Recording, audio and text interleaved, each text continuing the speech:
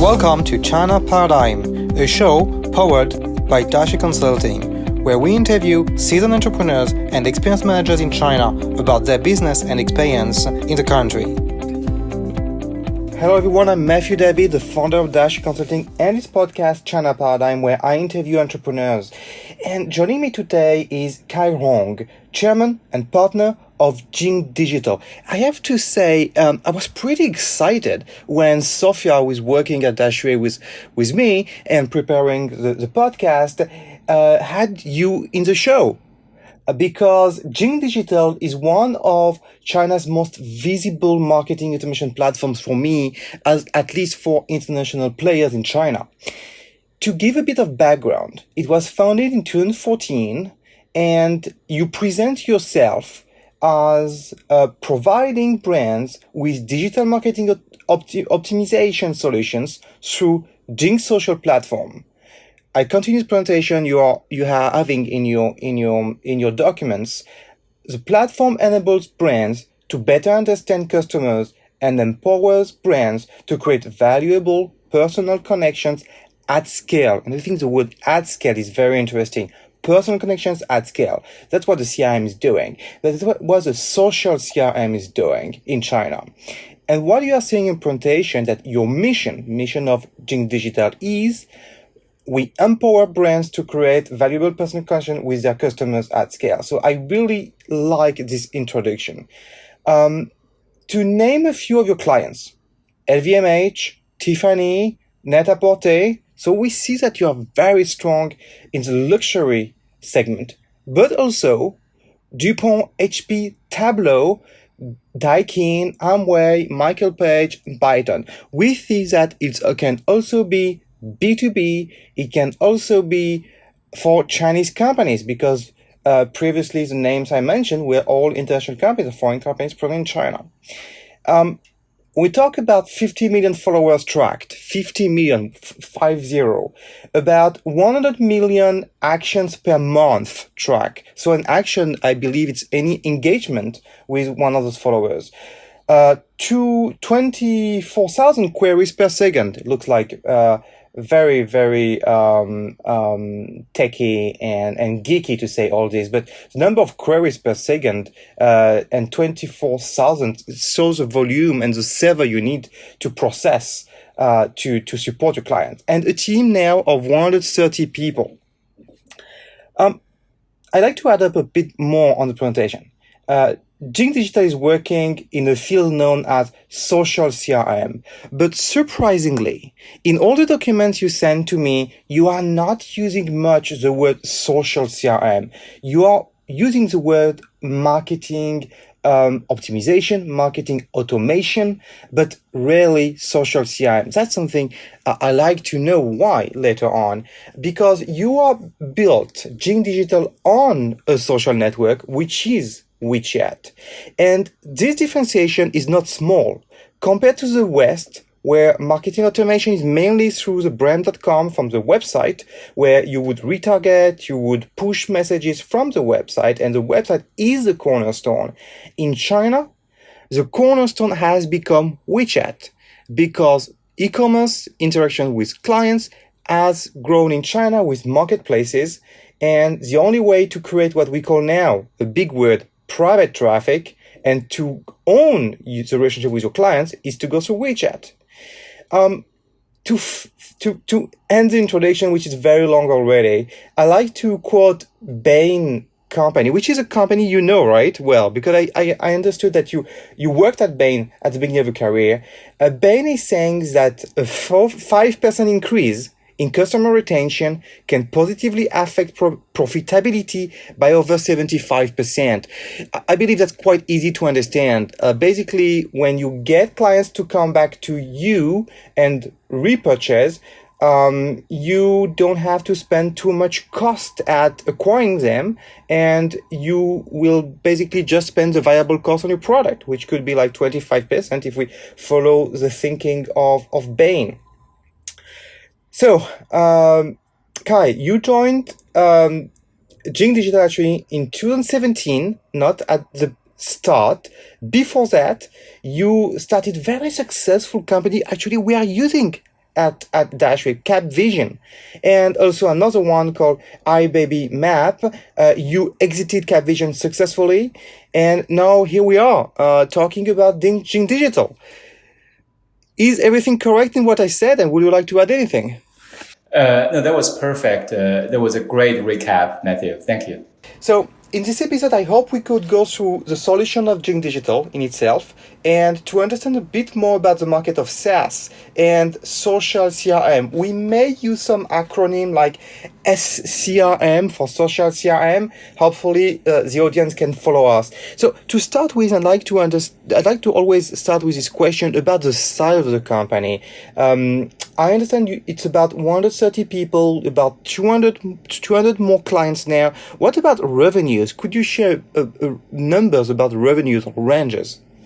Matthew, that's something we don't share in detail. Now, we've been growing at about 100% on compound basis for the past 4 or 5 years. We're generating a few $1 million in revenue. Is it too much to ask if you reach already the 10 million USD and you overcome the 10 million, or it's still in the bracket between 1 to 10? We're getting very close to that mark. Okay.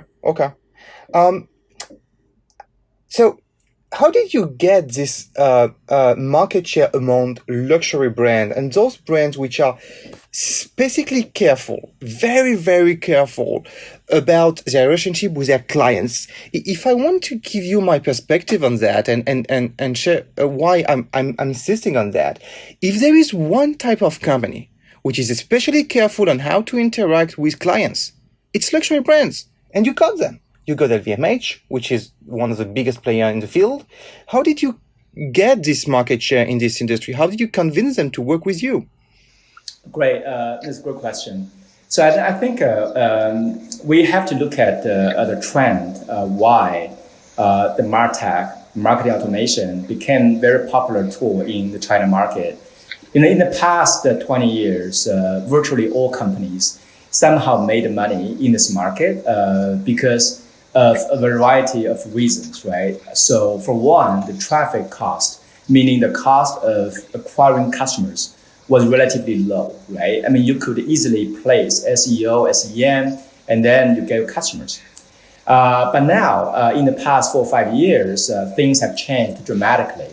So the cost of leads acquisition has climbed to historical high, right? No matter what channel you are leveraging, you are paying a lot more money than before, right? So essentially, the old way of making money is not working anymore, right? So if the companies can control the cost of leads acquisition, and they have to somehow focus on conversion, right? So this is the broader trend why marketing automation has all of a sudden become very popular among companies. Now, the luxury companies were essentially on the front line, on the frontier of this change.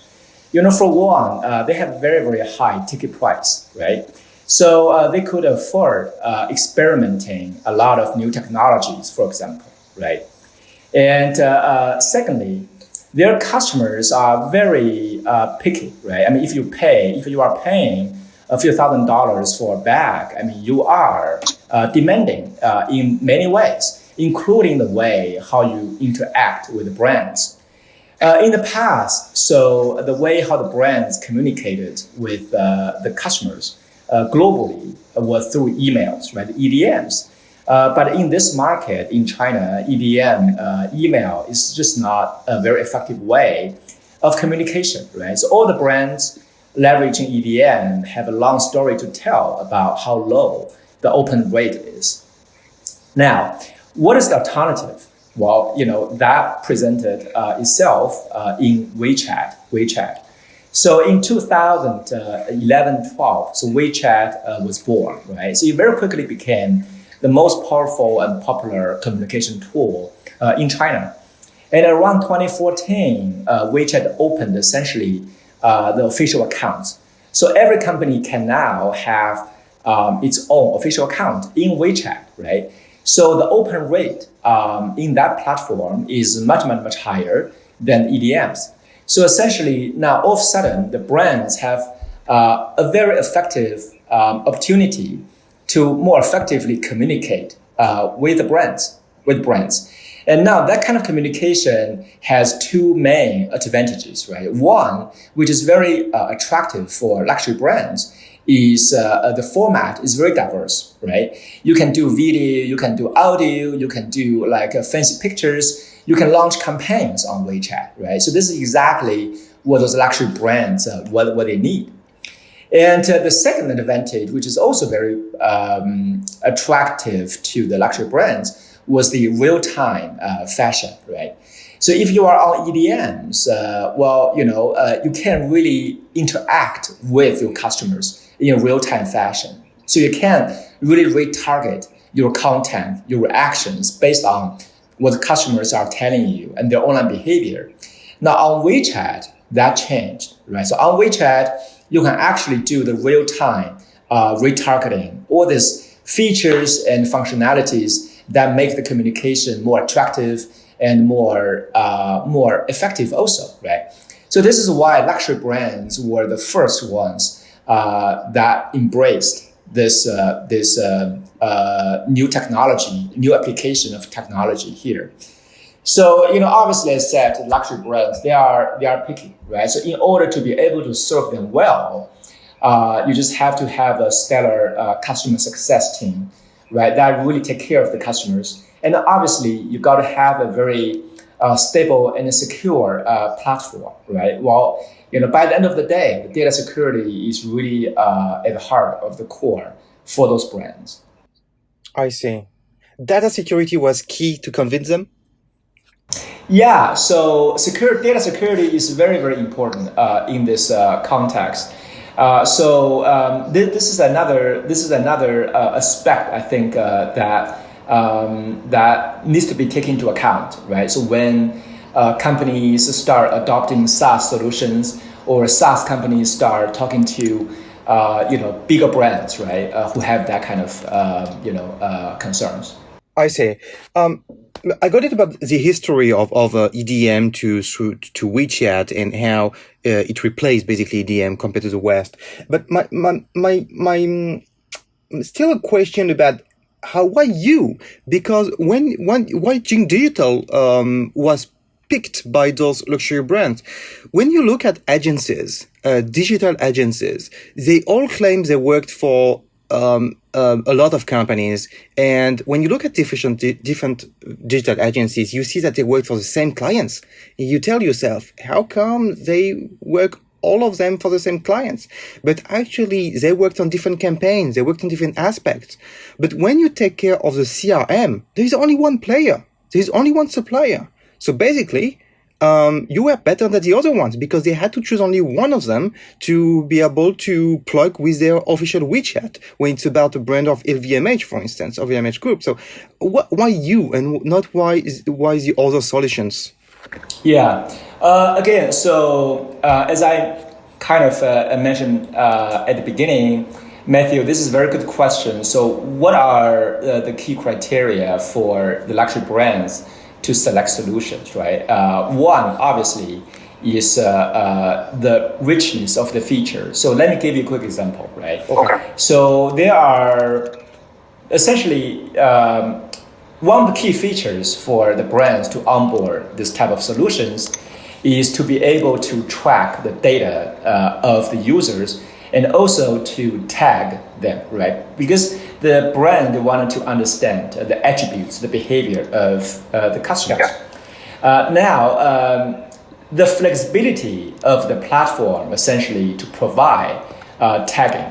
So do you only allow the brands to have limited room for creating their own tag, or the brands can really have a very high degree of freedom in creating those tags, right? So this is one of the key differentiators, for example, right? So essentially the richness of the feature and the flexibility of the platform, this is for one. And then secondly, it's really about the customer service, right? So, we have a customer success team. So that really helps the customers solve their issues, platform related, right? This is the second thing. And the third one, that's kind of chicken egg, right? So at the beginning, it's always hard, right? But over time, when you have proven your solutions with many global brands, and once you have accumulated operational knowledge, right, based on your experience with those brands, now that gives you credibility, because the advices and that you'll be able to give to the brands is a lot more valuable, right? So I see. Yeah. I mean, a quick example is we all know that the real-time communication is very important to the brands. Now, oftentimes the brands face the challenge, right? So after a customer scan a QR code in a store, when should the brands again engage with the customer? It is after 1 day, or after half day, or after half an hour, right? So depending on the time horizon you choose, the response rate could be very, very different, right? Not only after you have served many brands, you have a very good experience curve. You know exactly, so in which type of circumstances, what should be the time the brand should wait to re-engage with the customer, right? So there are many, many examples like this. The knowledge, the domain knowledge that could only be accumulated after you have served, there are many brands. I see. I feel that what you are providing actually when listening to you right now is not only the SaaS, the technical solution, it's also the service behind it, the advisory behind it, the ability to also guide the brand on what's working and what's less working, because you have experience, you have some way the visibility on 50 million followers tracked on your platform. I am correct to say that's a way for you to distinguish yourself from, let's say, more local solutions, and maybe also cheaper solution, and protecting also your pricing. Yes. I think Matthew, that's the core. This topic is really at the heart of many brands. So I think there are two aspects, right? One is SaaS, and one is essentially the operational support, right? The service. Now, in the past, many brands globally, right? Especially those bigger brands, they tend to adopt, a on-premise solution or private deployments. So they wanted the solution to be deployed on their own server or, on their own private cloud. So, but now two things have changed this trend, right? So this is why companies, also in China, are starting to embrace SaaS. For one, SaaS has been a global trend. If you look at the phenomenal success of Salesforce, that explains itself. And also, marketing automation. This is a very interesting spaces here in China. So in order to build a very powerful marketing automation machine, the companies, the solution providers have to leverage platforms like WeChat, for example, right? So this is the underlying platform. But now, because the digital landscape, including WeChat, changes so rapidly, right? So for instance, their APIs change all the time, right? So in order to cope with this challenge, the solution providers have to be very agile. So I mean, in regard of ourselves, I mean, we have every 2 weeks a new sprint, a new release, right? This is how agile we're trying to be. Now, if you are a private deployment company, right? So you can really provide that kind of agility to all of your customers, because the cost structure does not allow you to do so. So this is why when the luxury brands, when the retailers, or virtually all companies, when they now consider adopting a marketing automation solutions in China, they slowly realize that a private deployment might not be the way to go, right? So either your cost structure does not support this type of agility, which is required in order for the system not to fail, right? Or you pay a very little amount of money to the providers, but then the agility is not really provided, right? So this is on the tech side, right? So the SaaS side, why SaaS? especially in the MarTech space, has been accelerating its growth. Now, on the operational side of things, I think there's a difference between strategy support and operational support. As you mentioned before, Matthew, there are many agencies that are focusing on the luxury space. They provide strategy support. They help the brands design their digital transformation, design different kind of campaigns. This is what they do, right? But on the other hand, what we actually provide is the support that's based on the operational experiences that we have. So those are not, strategy advisory. It's more like operational on the operational side. Because by the end of the day, we are a SaaS company. We are trying to help the companies really maximize the effectiveness when they use our platform. So our advisory service are limited to the operational side of things.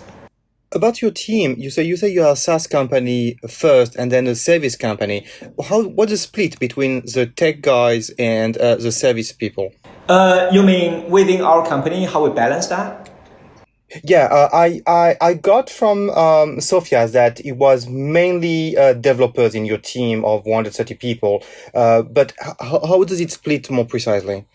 We're around 130 people, and we have over 70 product related personnel, meaning product designer, R&D. Yeah. I see. So there is about 60 people for management and the service in itself, and how would it split? And then we have a sales team, right? So SaaS company. Yeah. I think there's someone who said. The product doesn't really sell itself alone, right? No matter how great the product is, you still have to have a great sales team.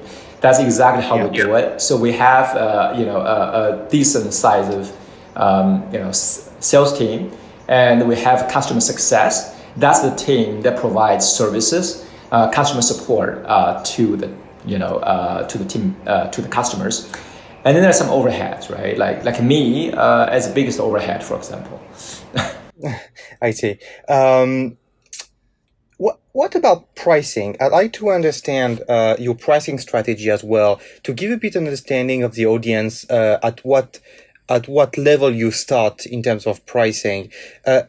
For a SaaS business, pricing is really a headache, a key topic, because you cannot price on your cost because your variable costs in some way are low. It's about servers, but your fixed costs are high because it's about an investment to develop the software. So pricing is always a guess on how fast you will grow in order to pay off basically the investment. So what kind of pricing have you decided to apply? So this is a great question. So we are priced along three dimensions, right? So there are three factors that influence that.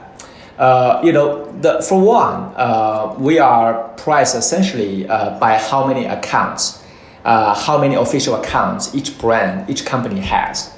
Because we consider each official account, company official account in WeChat, as a separate pool, right? A separate pool for the brands to gather their potential customers and customers, right? So it's by pool. And secondly, we are also considering how many products they are using, right, from our portfolio. So we have like 4 portfolios, right? So at the beginning, we started only with one product, but over time, we kind of diversified, right? So for example, a lot of B2B brands, meaning the chemicals, the high tech, they don't actually run a lot of campaigns, right? So, but for luxury brands or retailers or education, they run campaigns all the time. So if a brand wants to track the data on different campaigns, then there's a separate product called JINGdigital they have to use, right? So this is one. And then secondly, we started becoming the ISVs of Salesforce, for example, right? So if a brand wants to connect our solution WeChat with the Salesforce, infrastructure, global infrastructure. There's a product exactly for that purpose. It's called JINGconnect, right? So there are many new products. So depending on how many products they use, they have to essentially compensate, proportionally. Yeah, the four products being Jing Social, Jing Sales, Jing Connect, Jing Track. Yes, and then we have, you are correct. There's another product called Jing Sales. This is based on WeChat Work. This is also a very, very interesting product. We can talk about later because WeChat Work is a big trend recently. So yeah, this is the second dimension, right? So the depth of the product line, the diversity of the product line that the brands are using. And then the third dimension is how many followers, so how many potential customers are in each pool. So if you are a B2B company, you don't have that many fans, right? You probably have 100,000 fans. Now, in that case, you obviously pay less than a luxury brands or retail brands that has millions of followers in their official accounts. So those three factors impact essentially the pricing of each brand.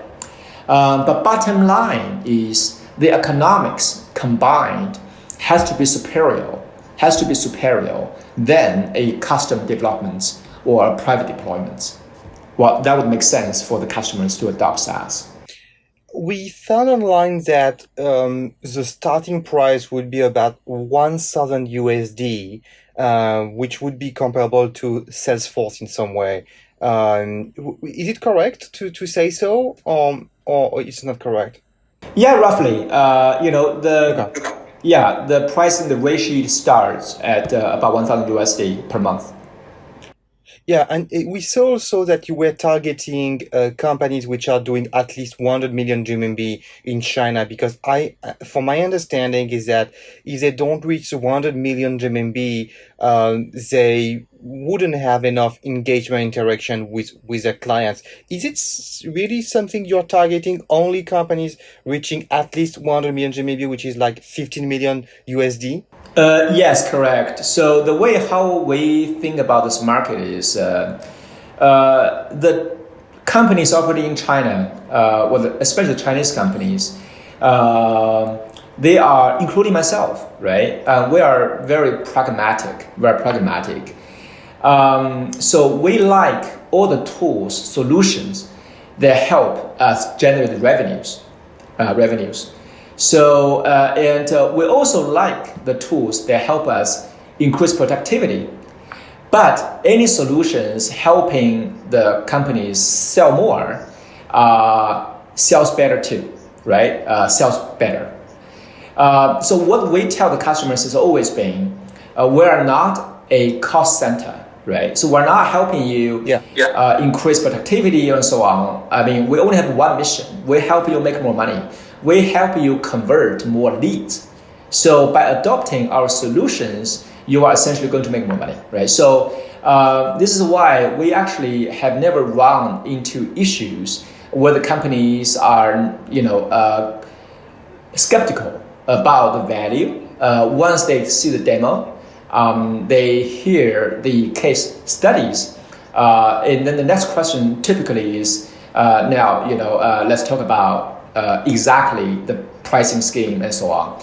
So, and once they see how many leads could potentially generated by how many campaigns through which routes, so pricing becomes less an issue to them, because 1,000 USD per month, that's less than 100,000 RMB per year, comparing with the additional revenue they can expect to generate.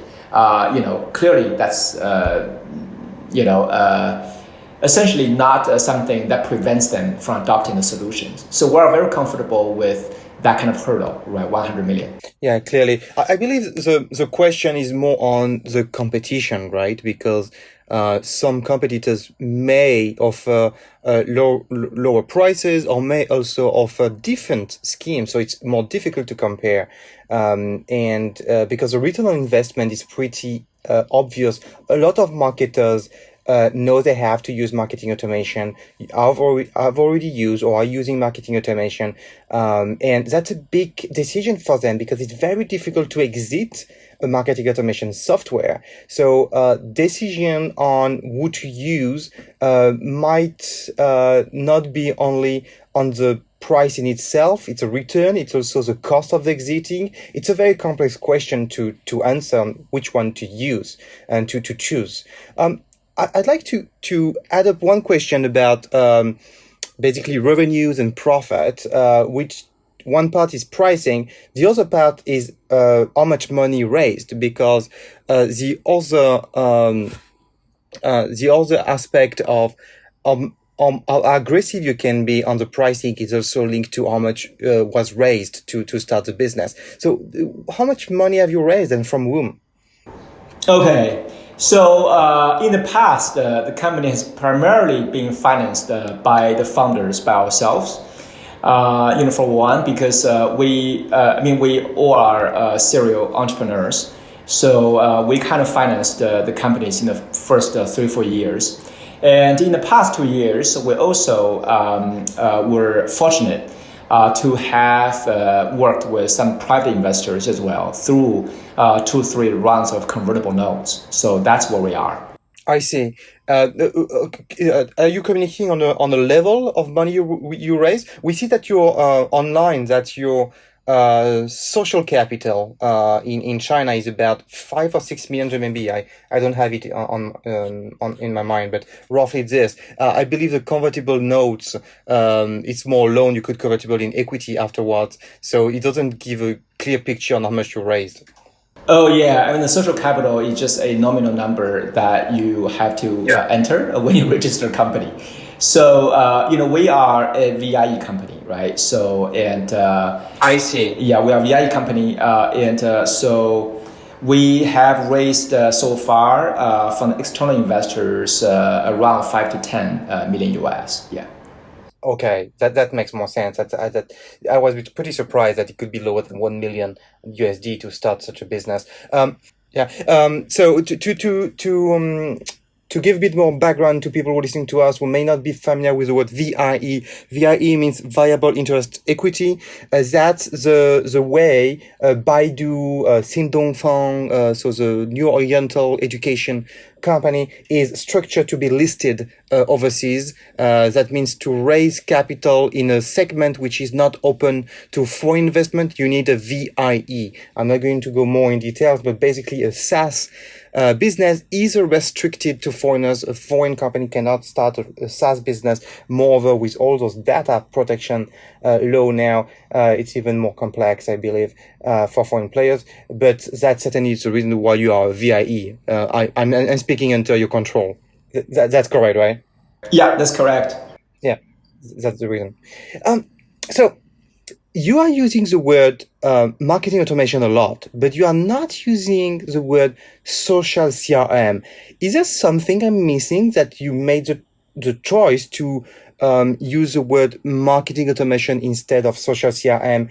Because when I look at your solution, it's very, very WeChat centric. I understand that you can connect with other solutions, other CRM, ERP, DMP maybe, and the brand.com website too, but at the center of it, and I believe other solutions also are talking about WeChat as a social and the solution as a social CRM, because WeChat is the center. Yeah. So why are you talking about marketing automation more than social CRM? Okay. There are two reasons, right? One, I feel every time when I go out, present or speak, social CRM is something, a buzzword that just requires a lot of explanation, right? Sometimes that just derails the whole conversation, right? So marketing automation is a word that everybody, all the marketers understand. So, and more importantly, when you explain to marketers who are familiar with solutions like Marketo and the hotspots, they know what it is about, right? So we just tell them, right? So we do something similar, but with a very different approach that's suitable for China. So Marketing automation is something that just explains itself. So this is for one. And the second reason, I see. Yeah, the second reason might just be me. Social CRM for me is something relatively static. Right? CRM is a system, it's a platform. Marketing automation is more dynamic, right? It explains, it's a process, and that helps you drive essentially a certain process of your marketing, and that drives results. So that word I think just reaches the audience much more effectively. That's true. That reveals much more the reach and the opportunities that your solution is unlocking. Because I looked at your solution through a video you sent to me, a 30-minute video, and indeed, through all the features you have, it shows how much you can automatize, you can plan, you can organize, and you can segment, and you can enrich as well with different sources. So to socialize, to sell, to connect, and to track too with your four products. It's very clear through your backend on how everything is articulating. It's much more than an organization of data, and social CRM might give the feeling it's more organization of data. You are also organizing the engagement. So I understand now why marketing automation makes more sense. Talking about the features. So I went through your video, a very interesting video, and what I really like in your software, in your backend, is that it's easy to understand. It's easy to see where I will go through. It's easy to start a journey, for instance, and when I will engage with a customer. It's much easier, for instance, than I'm telling you, from a Facebook advertisement platform, which is very complex. Even Google AdWords is very complex. Yours is very easy, much easier from than Zoho, for instance, the ZOHO, the famous Indian CRM company.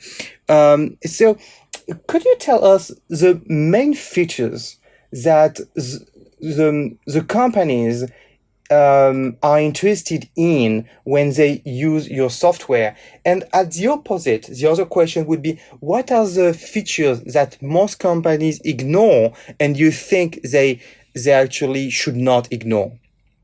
Okay.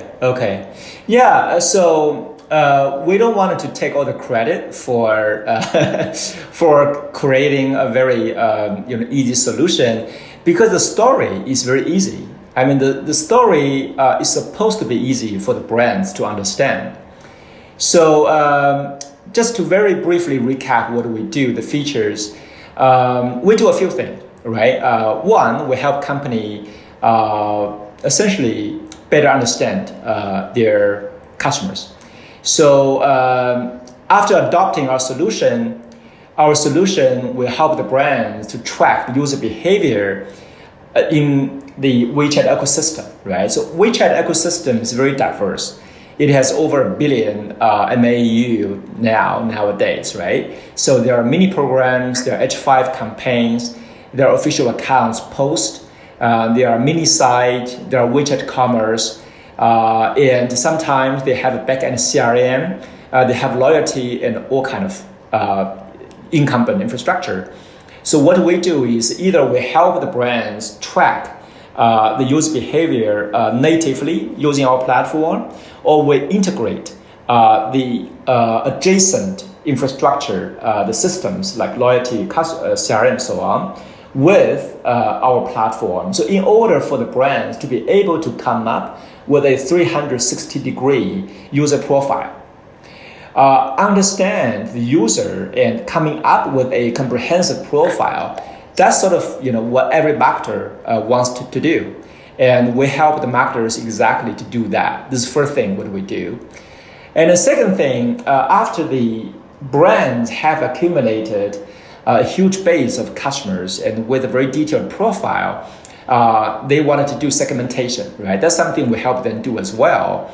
Using different metrics and dimensions and filtering, they come up with their segments, right? So for example, they can say, I wanted to filter out all the female users who participated a certain campaign in the Shanghai region in the past month, and also who in the past have purchased 3 bags, right?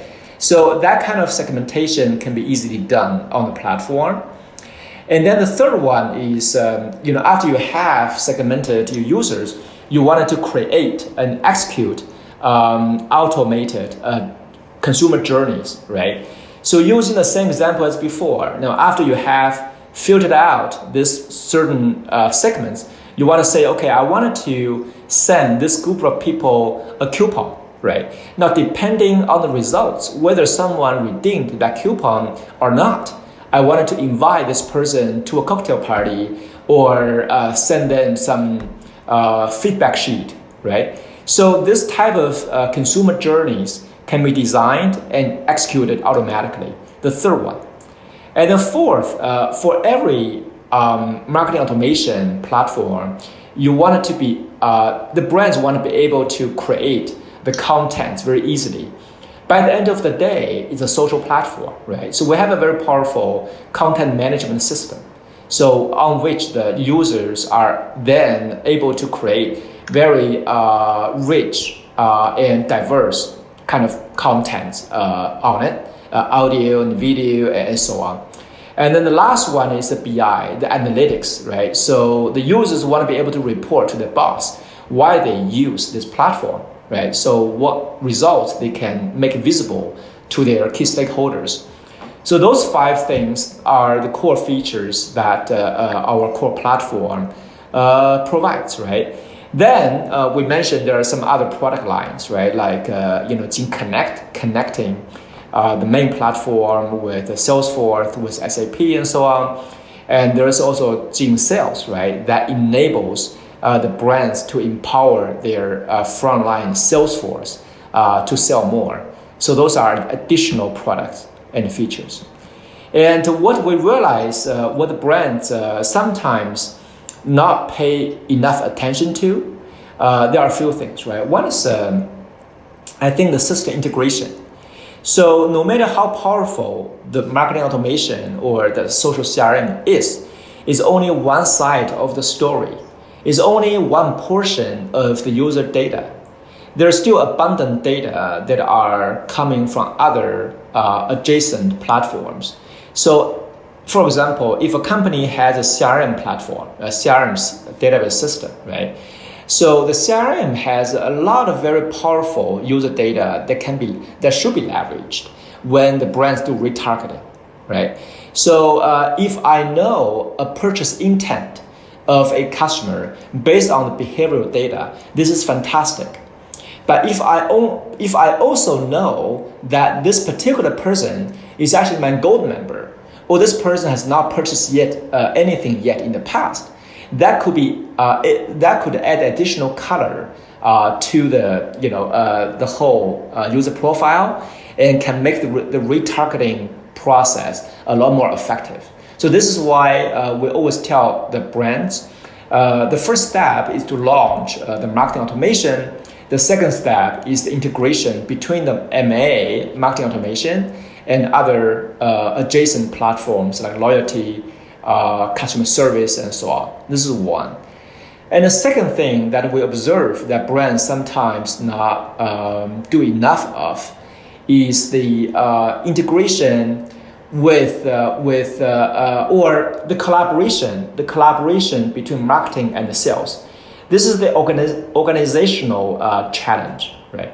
So the value of the marketing or the value of adopting those marketing tools is to provide to the front line, the sales force or the advisors with more information, with more knowledge about the users that they can be using when they engage with the customers, right? So sometimes we see that in a lot of organizations, marketing and sales are still siloed departments. So there's no enough communication between them. The technology is there. Technology is never the barrier. It's really about the organizational, the change management, how they can work together. In your documentation, you say that you can interact with the brand.com, the website itself, and other digital assets How do you interact with them? It seems that WeChat is a pretty closed ecosystem, as every ecosystem in China compared to the West, where ecosystems are much more open. For instance, let's say retargeting seems much more difficult in China than in the West because all those ecosystems are closed.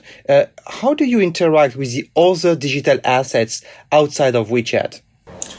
So this is a very important remark, Matthew. So we are actually in this very interesting space here in China. On the one hand, there are a lot of avenues that the brands could use to reach the customers. On the other hand, unfortunately, most of them, they are closed. So WeChat is actually the most open platform among all of them. So WeChat has very comprehensive APIs available to the third-party developers like us to do a lot of very innovative things on it. So this is actually, unfortunately, the only open platform right now that brands can use. And there are some other platforms that are becoming very popular now. We talk about TikTok. We talk about the Red. When you do beauty fashion, the Red is a channel that's very important right now. And we talk about the Weibo, right? So a trend that we observed in the past is that in terms of the mind share, in terms of the time that the customers spend on WeChat, in terms of the open rate of the articles, those metrics on WeChat have been slowly declining a little bit in the past 2 years, I think. But on the other hand, the service-related messages or engagements or interactions are actually rapidly increasing.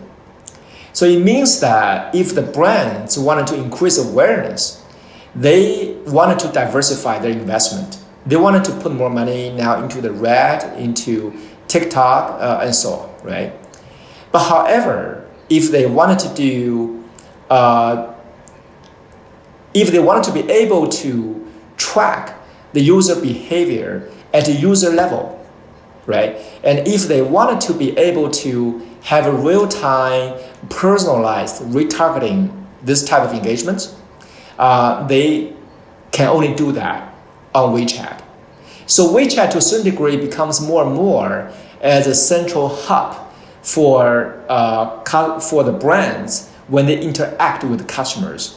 Meaning, the service nature of WeChat has become a lot more obvious and important in the past 2 years. So there's an interesting shift, even within WeChat ecosystem, how the brands use WeChat. The related question to that, to use other digital assets, is also about what kind of unique ID are you using? From my understanding, the unique ID and the data which can link all the digital assets you have, including your own CRM, right? It would be the phone number, which enables to actually correlate your data in your DMP, in your CRM, ERP, and WeChat. Am I correct that the phone number is still the key to identify the lead client, people you interact with? Yes, correct. So phone number is still the most important anchor connecting the dots in different systems. So when we talk about users on WeChat platform, each user is identified with a open ID, right? In each of the official accounts they follow. But that open ID does not mean anything when you talk to a CRM, when you talk ERP, right? Because OpenID is only valid within the WeChat ecosystem, right? So this is why, because Matthew, you were asking what kind of features or tactics that's very important, but sometimes brands forget to use. Binding is one of those, right? So because if you wanted to have the different platforms talk to each other, you wanted to essentially come up with a holistic, comprehensive profile of users, you have to integrate different systems. Now you have to use one common ID, an identifier, to connect the dots. Right now in China, you are right. So cell phone number is still the most important, the most popular, the most effective identifier to integrate, to connect all dots. We talk a lot about data, and when we talk about data in the West, whether it is in Europe and the US, we think about regulations. We think about GDPR, right? I feel I may not the right acronym, but that's a regulation on how to use data and what you can store on your server in Europe. What are the regulations in China, and what are the constraints in terms of privacy law, in terms of collecting and storing data? How do you cope with that? We talked about the phone numbers. Do you need to have the agreement of people to store it? How much can you store? Well, there are a few things, right? One, the data that's collected within the WeChat ecosystem are the behavioral data, right? So if you don't collect the cell phone numbers, those are the data that are essentially attached to an open ID consisting of 64 digits. So it doesn't mean anything to any outsiders, right? So this is for one, the categorization of the data, the behavioral data, this is one. And then secondly, in terms of the storage of data, there are a number of international organizations. They have different standards, right? So that guide the company through in terms of how to build your data security processes within your company.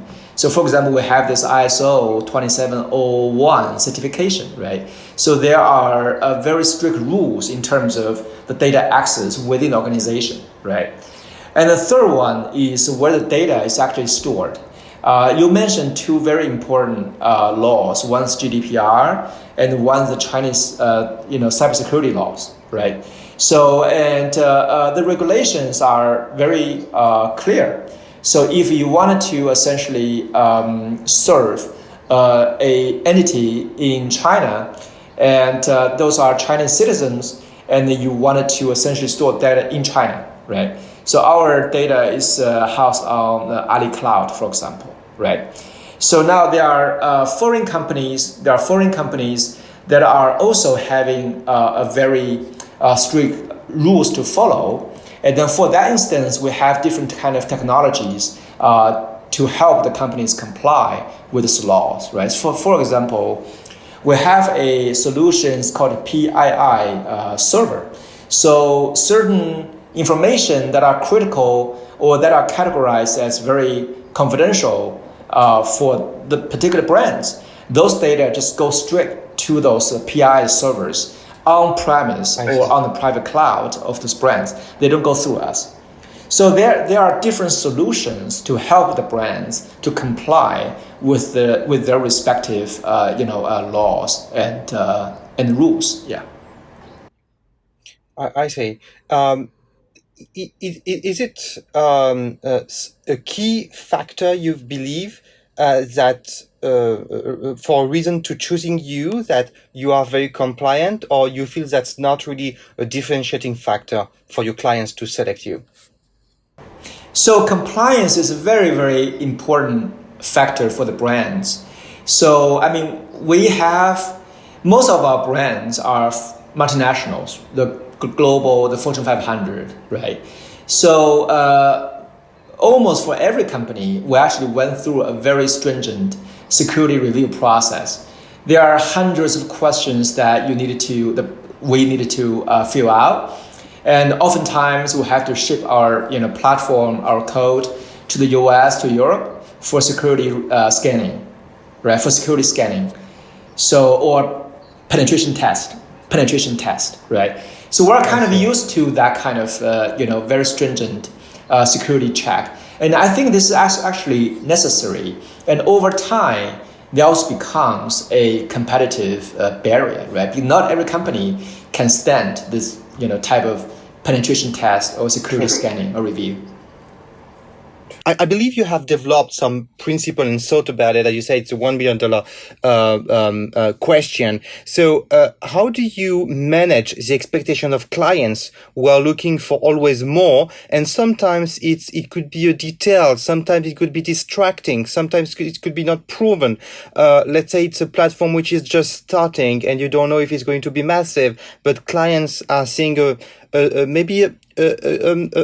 starting an opportunity here, to see an opportunity. How do you manage client expectations? One of the answer you could have is to tell your clients, if you want to do something unique and for this feature, you can do it with another company which is developing, and you may have a network of companies to refer to them. Has it happened?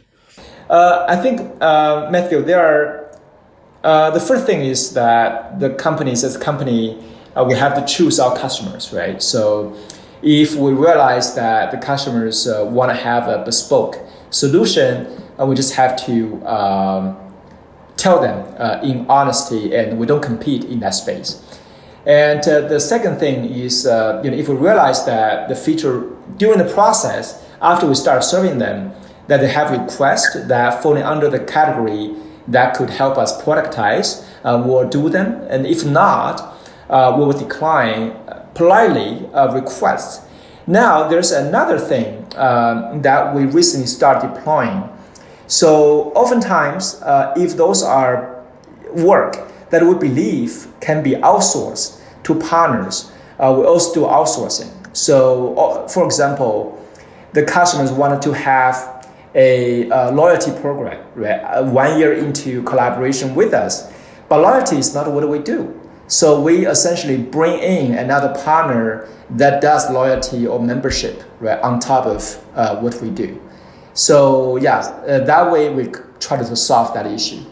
I see. I think that's one of the key learning I got from tech entrepreneurs who have to manage developers and new features. When it's not in the core of your product and not in your roadmap, tell the salespeople to find a partner to develop it for the client in order to ease the sales process. It seems to be a pattern among tech entrepreneurs to think this way, not to be distracted. That's very interesting learning. I'd like to talk about the competition, and then after more about your own journey as an entrepreneur. But to end up on the product of JINGdigital, I'd like to understand how you see the competition. The competition, like every space, every domain, once that comes to public attention, once it becomes attractive, they're just very quickly filled with companies that are trying to compete with it, right? So there are several types of competition right now in the space. One is still companies that do bespoke work. Bespoke work. They do custom developments. That's for one. And the second type of competitors that are coming from other domains, for example, companies that used to do DMP or DSP, and they are transitioning in this space. To end up the interview, because I know you have a call soon. What's the future of JINGdigital? How do you see the future for JINGdigital? So the market is phenomenal. We see the growth. We do a lot of lead generation activities, online, offline. We generate between 1,500 and 2,000 leads every month. Right, so we are very encouraged by the trend here, and our goal, our future is we wanted to continue our triple digits growth. Essentially more than doubling every year for the next 4 or 5 years, revenue wise, and we wanted to become the best SaaS company here in China, measuring by the most important metrics, right? The renewal and all this type of metrics. And we wanted to essentially create a company where our team members can flourish and become successful with us together. Sounds a good plan. thanks for staying with us for this this interview and exchanging and sharing your experience. It was very instructive. Congratulations for everything you did. Actually, we didn't talk about your past experience with the companies you started before, Capvision, what you did as well within EO, which is a very interesting group of people. But that may be for another one. Thanks very much for your time. I know you have a call soon, so I don't want to take too much. I really appreciate it, and I really enjoyed the talk. No, thank you, Matthew. Thank you for your time. We should catch up again. Yes. Talk soon. Okay, talk soon. Bye-bye, everyone. Bye.